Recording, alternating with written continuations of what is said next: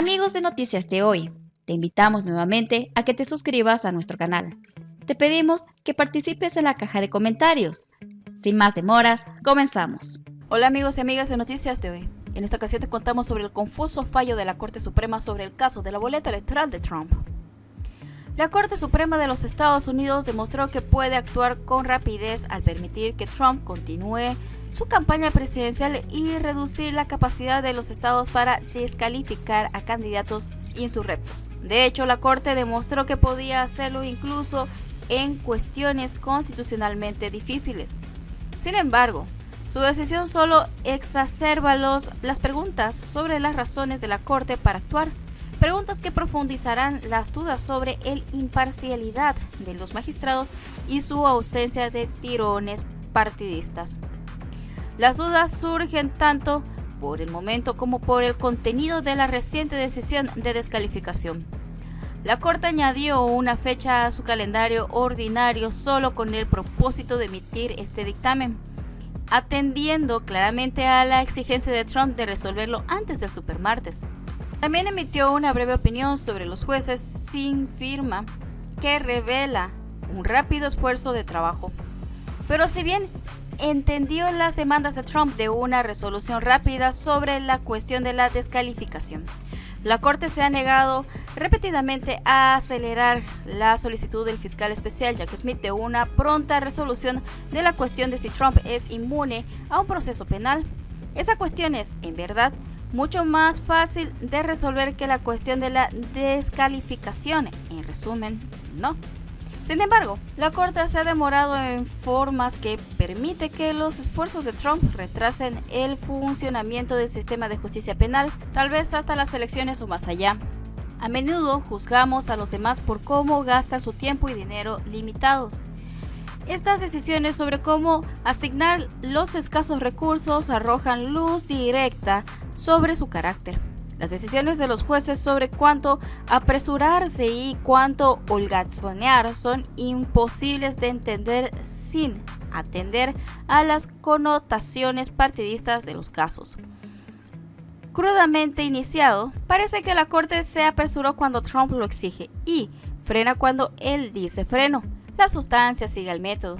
Cuando se trata de fondo de la decisión de descalificación de esta semana, la unanimidad del resultado final no puede ocultar una vergonzosa serie de saltos lógicos necesarios para que la cuestión de la descalificación desaparezca para Trump, al menos por el momento. Para empezar, la opinión no firmada se basa en la idea de que no solo el Congreso puede decir cómo se produce la descalificación.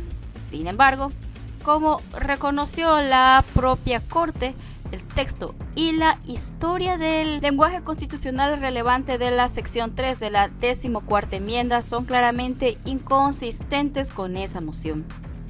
Esa historia establecida que aquellos descalificados a fuerza de participar en la Confederación no tuvieron que esperar a ser excluidos bajo un estatus federal, fueron descalificados automáticamente. Sí, según el entendimiento original, la descalificación de la sección 3 era automática, porque es necesario que el Congreso establezca un procesamiento. No es que los jueces no conozcan los hechos históricos.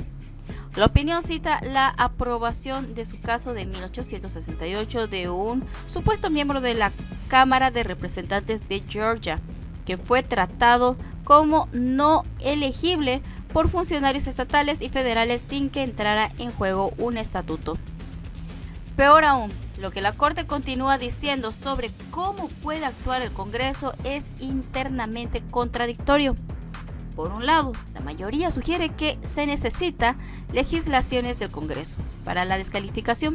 Por otro lado, la opinión selecciona y analiza con aprobación dos casos en los que una sola Cámara del Congreso consideró la posibilidad de descalificar a un potencial legislador, sin depender de la aprobación de ninguna ley. Entonces, ¿puede una Cámara del Congreso, actuando a través de sus funciones relacionadas con las elecciones en lugar de promulgar un estatuto, descalificar a Trump?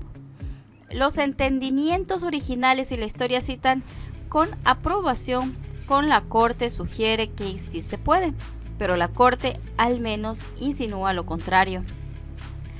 Esta confusión es importante porque la Corte se niega expresamente a decir nada sobre si Trump de hecho provocó la descalificación el 6 de enero o su periodo previo. Por lo tanto, la cuestión de si es un candidato legítimo sigue sin decidirse. Sin embargo, al sugerir que se necesita legislación del Congreso para completar su descalificación, la Corte anula el entendimiento original de la sección 3, que la descalificación es automática, y deja el asunto en el Congreso, sabiendo muy bien que el Congreso no actuará mediante una nueva ley. El resultado es, lamentablemente, una especie de plan para permitir que los insurrectos se postulen para cargos públicos.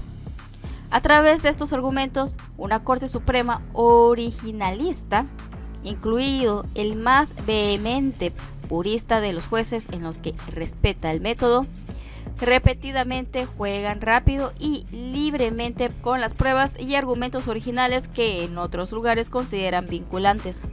En cambio, se apoya a un argumento basado en consecuencia de que se burla y ridiculiza en otros contextos, como la reciente jurisprudencia de la segunda enmienda. Si bien una víctima inmediata del fallo de hoy, bien puede ser la reputación de los jueces originalistas de actuar de manera coherente y basada en principios.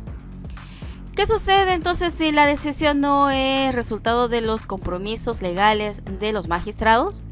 Una opinión separada de los jueces Sotomayor, Kagan y Jackson condena los pasajes de la opinión mayoritaria sobre el papel del Congreso como un esfuerzo por aislar a esta Corte y al peticionario Trump de futuras controversias.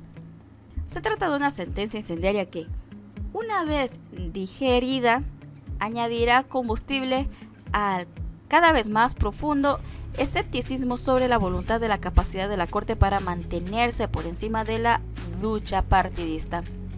En efecto, dicen los magistrados concurrentes, la Corte se acercó para decidir una cuestión que no estaba ante la Corte, y luego hizo de una manera impulsada, en parte por el deseo de proteger a un candidato político en particular, dejando de lado el hecho de que este candidato está ante el tribunal porque intentó descarrilar el resultado legal de las papeletas del 2020 por medios ilegales.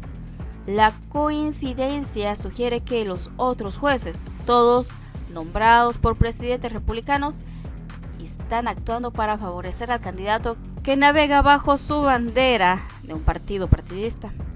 Quizás igual de preocupante sea el hecho de que la coincidencia sugiere que la Corte lo hace porque está combinando sus intereses de eludir futuras controversias con los de los problemas de los candidatos republicanos, lo que es bueno para Trump.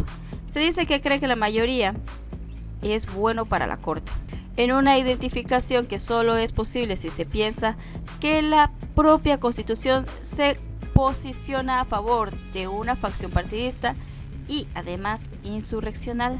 Cuando se compara con su velocidad y oportunidad, la decisión de descalificación solo arroja una sombra más profunda sobre la supuesta capacidad de la Corte para mantenerse por encima de la división partidista, en lugar de atrincherarse en un solo lado.